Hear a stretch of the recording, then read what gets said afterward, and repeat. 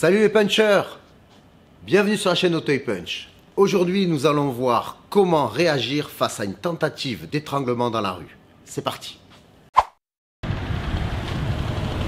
t'as pas une clope s'il te plaît?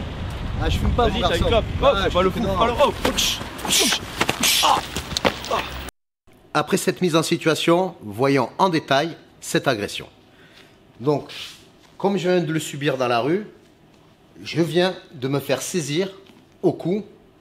Donc c'est un étranglement qui est assez dangereux puisqu'il a sa tête et là il m'empêche réellement de respirer. Ça peut être très dangereux pour moi. Comme vous avez vu dans les précédentes vidéos, cette fois-ci j'ai pas eu le temps de voir venir mon agresseur et il est venu me surprendre. Donc j'ai pas eu le temps d'esquiver ou de m'éloigner de mon agresseur. Donc je vais vous proposer aujourd'hui un travail très simple. C'est une riposte immédiate. Donc pour ce faire, il est vraiment sur mon cou. Il me fait mal, je ne vais pas attendre qu'il m'étouffe, donc je vais réagir tout de suite en zone basse en mettant un coup de poing tout de suite sur la trachée, voilà, en pleine gorge. Donc je remonte tout doucement, il m'a saisi, je passe par-dessous et tout de suite je mets mon coup de poing. Donc là vous voyez la violence de l'impact. La riposte pour le moment est proportionnée, il m'étrangle et je frappe. Vous avez remarqué que je viens instantanément contre-saisir. Pourquoi contre-saisir? Parce que si je fais juste ça, ben, il va revenir plus méchant. Donc, ça va avoir l'effet de surprendre en même temps et de frapper. Et tout de suite après, mais vous avez vu ma position, il m'offre sa zone basse, c'est-à-dire ses parties génitales. Je vais rentrer un coup de genou plein fer. Donc, je remonte tout doucement. Je suis saisi. Je me décale. Main gauche qui vient saisir. Main droite qui percute la gorge et le coup de genou qui vient percuter ses parties génitales.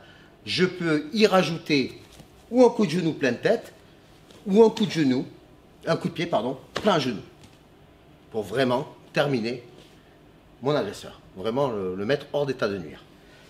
La deuxième chose que je vous propose aujourd'hui, en self-défense, on utilise beaucoup le taisho, le plat de la main, qui est très solide. Pareil, il m'a saisi. Ça peut s'appliquer à quelqu'un de très grand, comme quelqu'un de ma taille ou de plus petit. Donc, suivant la hauteur de votre agresseur, ben là, il est à peine un peu plus grand que moi. Donc, je vais passer en zone basse pour entrer un taisho plein fer. Donc là, je vais viser la partie du nez. Ça va lui mettre un petit écoulement au niveau des yeux. Il va beaucoup moins voir déjà. Toujours pareil, je contre-saisis, je frappe. Et toujours pareil, j'arme mon coup de genou dans les parties génitales. Je peux très bien rentrer le coup de genou encore ou venir shooter son genou. Donc je remonte, saisie, riposte immédiate. En même temps, je vais venir en taisho à l'intérieur, coup de genou. La petite particularité sur le taisho, c'est que lorsque j'ai rentré mon taisho, je vais venir saisir derrière le cou pour venir rentrer mon coup de genou. Ça va me donner une position préférentielle pour rentrer un coup de genou. Maintenant, si l'adversaire est plus grand que moi ou de ma taille, je vais rentrer à l'intérieur mon taisho par-dessus. Pas par-dessous comme on l'a vu tout à l'heure. Même principe, je viens toujours contre-saisir. Je contre-saisis, j'impacte. Je re-impacte. Voilà, maintenant nous allons voir ce style-là de technique avec un peu plus de vivacité.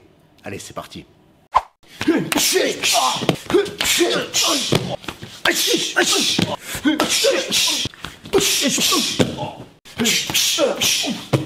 Voilà les punchers, cette vidéo est terminée. J'espère qu'elle vous aura plu, qu'elle vous aura amené des précisions. N'hésitez pas à me laisser des pouces bleus et vos commentaires. Et je vous donne rendez-vous très bientôt pour une prochaine vidéo. À très bientôt les punchers.